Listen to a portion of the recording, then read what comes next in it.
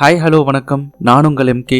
நீங்கள் பார்த்து கேட்டுக்கொண்டிருப்பது முடிவில்லா கதைகள் சேனல். இன்னைக்கு ரொம்ப ஒரு இம்பார்ட்டன்டான டாபிக்கை பத்தி தான் பார்க்க போறோம். ஆண்களின் மலட்டுத்தன்மையை போக்கும் உணவுகள். இப்ப இருக்கிற காலகட்டத்திற்கு ஏற்ப நம்ம உணவு பழக்கங்களும் ரொம்பவே மாறிடுச்சு.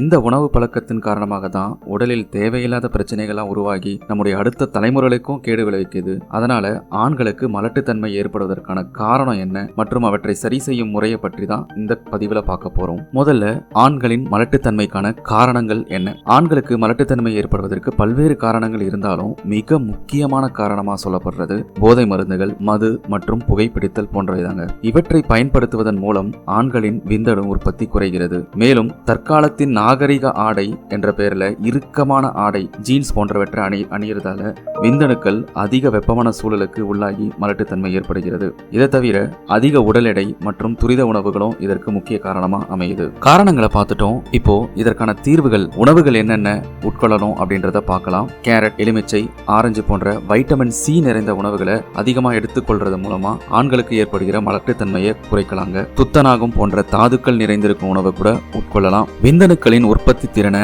அதிகப்படுத்த வைட்டமின் ஏ, சி, இ மற்றும் ஃபோலிக் ஆசிட் நிறைந்த உணவுகளை எடுத்துக்கணும். அதாவது பாத்தீங்கன்னா அத்திப்பழம், விளாம்பழம், தானியங்கள் போன்றவைகள் விந்தணுக்களின் உற்பத்திக்கு மிகவும் ஏற்றதாக இருக்கு. மேலும் பச்சை காய்கறிகள், ஆரஞ்சு, தக்காளி, பீன்ஸ் போன்றவற்றை தொடர்ந்து சாப்பிடுவதன் மூலம் மலட்டுத்தன்மை ஏற்படுவதை தடுக்கலாம். நன்றி.